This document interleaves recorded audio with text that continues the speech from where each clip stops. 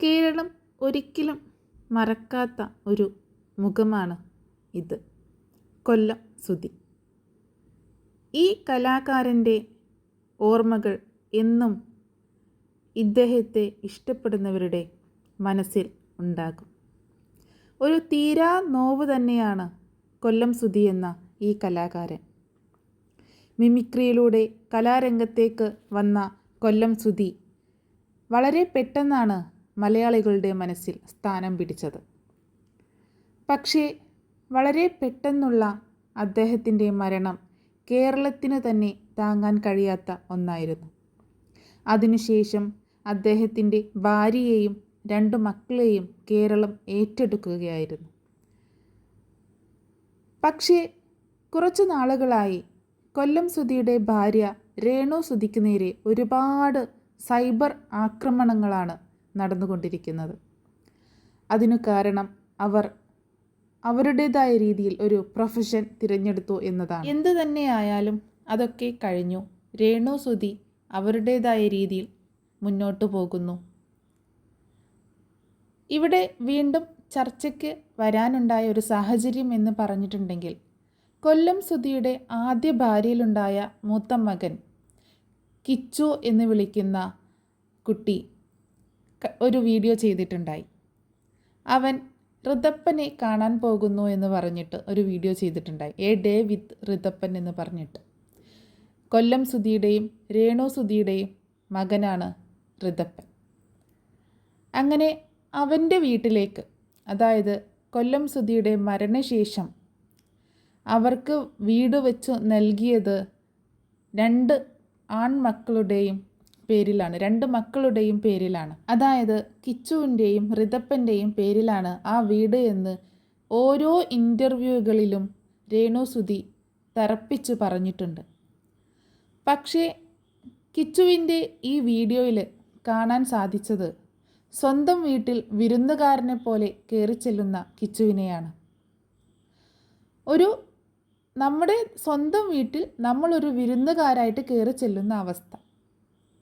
കിച്ചുവിനെ കണ്ട ഉടനെ തന്നെ ഋതപ്പൻ ഓടി വന്ന് കെട്ടിപ്പിടിക്കുകയും ചെയ്യുന്നുണ്ട്. ശരിക്കും ആ രംഗങ്ങൾ കാണുമ്പോൾ അറിയാതെ തന്നെ നമ്മുടെ കണ്ണു നിറഞ്ഞു പോകും. എന്നിട്ട് വീട്ടിലേക്ക് കയറിയിട്ട് ഓരോ വിശേഷങ്ങളും അവർ തമ്മിൽ പങ്കുവെക്കുന്നുണ്ട്. ശരിക്കും ഒരു അച്ഛൻ്റെ സ്നേഹമാണ് കിച്ചു ഋതപ്പന് കൊടുക്കുന്നത്. പിന്നീട് അവനെ കൂട്ടിക്കൊണ്ട് പുറത്തുപോയി സാധനങ്ങൾ വാങ്ങിച്ചു കൊടുക്കുന്നു, ഭക്ഷണം വാങ്ങിച്ചു കൊടുക്കുന്നു, ബൈക്കിലൊന്ന് കറങ്ങാൻ പോകുന്നു. അതൊക്കെ കാണുമ്പോൾ തന്നെ മനസ്സിലാകും അവർക്ക് പരസ്പരം അങ്ങോട്ടും ഇങ്ങോട്ടുമുള്ള സ്നേഹം എത്രത്തോളം വലുതാണെന്ന്.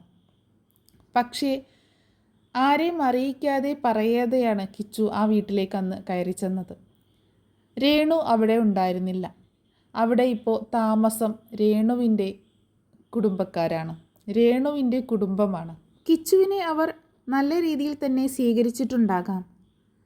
പക്ഷേ എന്നിരുന്നാലും കാണുമ്പോൾ എന്തോ ഒരു വിഷമം.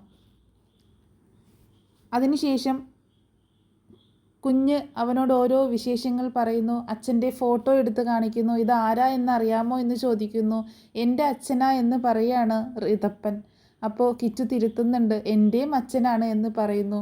അതിനുശേഷം ഓരോ വിശേഷങ്ങൾ പറയുന്നു. അമ്മയുടെ ഫോട്ടോ, രേണുവിൻ്റെ ഫോട്ടോ കാണിച്ചിട്ട് ഇത് ആരാണെന്ന് എനിക്ക് അറിയാം എന്ന് പറയുമ്പോൾ ആരാ എന്ന് ചോദിക്കുമ്പോൾ കിച്ചു ചേട്ടൻ്റെ അമ്മയാ എന്ന് പറയുന്നു. അതുപോലെ ഓരോ കുഞ്ഞു കുഞ്ഞു വിശേഷങ്ങൾ കാണിക്കുന്നു. പിന്നെ നിൻ്റെ റൂമാണോ ഇത് എന്ന് ചോദിക്കുമ്പോൾ അല്ല, ഞങ്ങളുടെ റൂം വേറെയാണ് എന്ന് പറഞ്ഞ് അതൊക്കെ കാണിച്ചു കൊടുക്കുകയാണ്. അപ്പോൾ ഇതൊക്കെ കിച്ചു ചോദിക്കുമ്പോൾ കിച്ചു ആ വീട്ടിലേക്ക് വന്ന ഒരു ഗസ്റ്റായിട്ടാണ് ഫീൽ ചെയ്യുന്നത് കേൾക്കുന്ന ആൾക്കാർക്ക്. അതിനുശേഷം കണ്ട വളരെ ദയനീയമായ ഒരു കാഴ്ച എന്ന് തന്നെ പറയാം. വളരെയധികം വിഷമം തോന്നിയ ഒരു കാഴ്ചയാണ് പിന്നീട് അവിടെ കാണാനായിട്ട് കഴിഞ്ഞത്. അച്ഛൻ്റെ കുറച്ച് ട്രോഫികൾ കാണിച്ചു തരാം, അച്ഛന് പാട്ട് പാടിയിട്ട് കിട്ടിയ ട്രോഫികളാണ് എന്ന് പറഞ്ഞിട്ട് ഋതപ്പൻ കിച്ചുവിനെ കുറച്ച് ട്രോഫികൾ കാണിക്കുന്നുണ്ട്. ഒരു റൂമിൽ കട്ടിലിൻ്റെ അടിയിൽ ഒരു കവറിലോ സഞ്ചിയിലോ മറ്റോ കുറേ ട്രോഫികൾ ഒന്നിച്ച് വെച്ചിട്ട് അതാണ് കാണിച്ചു കൊടുക്കുന്നത്, അച്ഛൻ്റെ ട്രോഫികളാണെന്ന് പറഞ്ഞിട്ട്. ശരിക്കും പറഞ്ഞാൽ കൊല്ലം സുധി എന്ന കലാകാരൻ മരിച്ചു പോയെങ്കിലും വീണ്ടും കൊല്ലുന്നത് പോലെയായിട്ട് തോന്നിപ്പോയി. എന്തിനാണ് ഇങ്ങനെയൊക്കെ ചെയ്തത്? ആ വീട് ഒന്ന് വൃത്തിയായി കൊണ്ടു നടന്നുകൂടെ എന്നൊക്കെയാണ് കമൻറ്റുകളിൽ വരുന്നത്. ശരിയാണ്, അത്രയും പേര് ആ വീട്ടിൽ താമസിക്കുന്നുണ്ട്, ഒന്ന് വൃത്തിയായി കൊണ്ട് നടന്നുകൂടെ?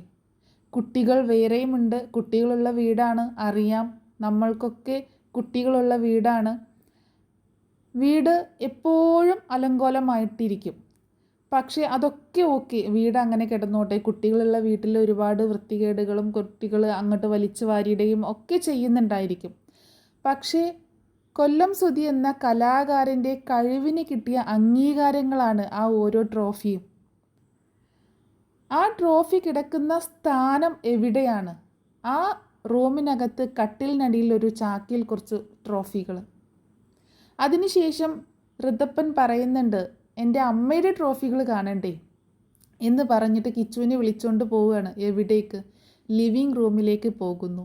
അവിടെ ഒരു കുഞ്ഞു ടേബിളിൽ രേണു സുധിക്ക് കിട്ടിയ ട്രോഫികൾ മുഴുവൻ നിരത്തി വച്ചിരിക്കുന്നു. സ്ഥാനമാനങ്ങളും പ്രശസ്തിയും പണവും കയ്യിൽ വരുമ്പോൾ കഴിഞ്ഞ കാലങ്ങളൊക്കെ മറക്കുന്ന ആളാണോ രേണു സുധി? ഭർത്താവിനെ മറക്കുന്ന ആളാണോ?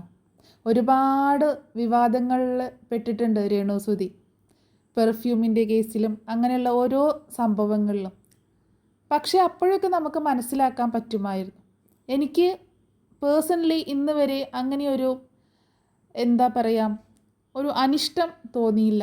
അവർ അവരുടേതായ രീതിയിൽ ഒരു വർക്ക് ചെയ്യുന്നു, അത്രയേ ഉള്ളൂ. പക്ഷേ ഇതെനിക്കൊന്നും അംഗീകരിക്കാൻ പറ്റുന്നില്ല. കാരണം ആ ഒരു കലാകാരനെ നിന്ദിക്കുന്നതിന് തുല്യമാണ് ഈ ഒരു പ്രവൃത്തി. അതൊന്ന് ആ വീട്ടിൽ തന്നെ എവിടെയെങ്കിലും നല്ലൊരു സ്പേസ് ഉണ്ടാക്കിയിട്ട് വെക്കാവുന്നതേ ഉള്ളൂ. രേണു സുധിക്ക് കിട്ടിയ ട്രോഫികളെല്ലാം ലിവിങ് റൂമിൽ തന്നെ വെച്ചോട്ടെ, യാതൊരു കുഴപ്പവുമില്ല. അവരുടെ വീടാണ്, അവരുടെ ഇഷ്ടമാണ്. കൂടെ കൊല്ലം സുധിക്ക് കിട്ടിയ ആ ട്രോഫികൾ കൂടി ആ ലിവിങ് ഏരിയയിൽ തന്നെ ഒന്ന് അറേഞ്ച് ചെയ്ത് വെക്കാനുള്ള ഒരു സംഭവം എന്തെങ്കിലുമൊക്കെ ചെയ്യാമായിരുന്നു. ശരിക്കും വളരെയധികം വിഷമം തോന്നി. ഒരുപാട് ഇഷ്ടമുള്ള കലാകാരനായിരുന്നു കൊല്ലം സുധി. അങ്ങനെ അതൊക്കെ കഴിഞ്ഞ് കിച്ചു പോവാൻ നേരം പോവുകയാണ്, ചേട്ടൻ പോവുകയാണ് എന്ന് പറയുമ്പോൾ ഋതപ്പൻ്റെ മുഖം ആകെ മാറുന്നുണ്ട്. ആകെ വിഷമമാണ്. പിന്നെ മുഖത്തേക്ക് നോക്കുന്നില്ല കുഞ്ഞ്. ഉമ്മ കൊടുക്കുന്നുണ്ട്, ടാറ്റ പറയുന്നുണ്ട്, ഒക്കെയെങ്കിലും ആളുടെ ഉള്ളിൽ വിഷമമാണ്. വീണ്ടും പോവാൻ നേരം പറയുന്നുണ്ട്, വൈകുന്നേരം വരണേ, വൈകുന്നേരം വന്നിട്ട് രാത്രിയിൽ പോകാം, അല്ലെങ്കിൽ വേണ്ട രാത്രിയിൽ ഇവിടെ കിടന്നിട്ട് കാലത്ത് പോകാം, നാളെ പോകാം എന്നൊക്കെയാണ് കുഞ്ഞു പറയുന്നത്. ചേട്ടനോടുള്ള ആ ഒരിഷ്ടം സ്നേഹമൊക്കെയാണ് അതിലൂടെ മനസ്സിലാക്കാൻ സാധിക്കുന്നത്.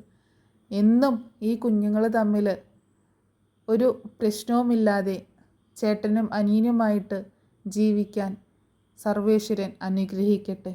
എന്നും ഇവരുടെ സ്നേഹം നിലനിർത്തി കൊടുക്കട്ടെ.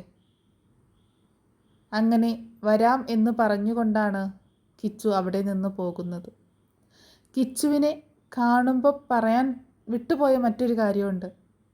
നമ്മുടെ കൊല്ലം സുധിയുടെ അതേ രൂപത്തിലാണ് കിച്ചു വളർന്നു വരുന്നത്. ഏറ്റവും ലാസ്റ്റത്തെ ഒരു ഇമേജ്, ആ വീഡിയോയിൽ ഏറ്റവും ലാസ്റ്റ് കിച്ചു സംസാരിക്കുന്ന ഒരു ഭാഗം എത്തുമ്പോൾ കൂടുതലും നമുക്ക് മനസ്സിലാക്കാൻ പറ്റും കൊല്ലം സുധിയുടെ തനി പകർപ്പായിട്ട്. ശരിക്കും കൊല്ലം സുധി മുന്നിൽ വന്ന് നിൽക്കുന്നത് പോലെ നമുക്ക് തോന്നും. കുറച്ച് കമൻറ്റുകൾ വായിക്കാം നമുക്ക്.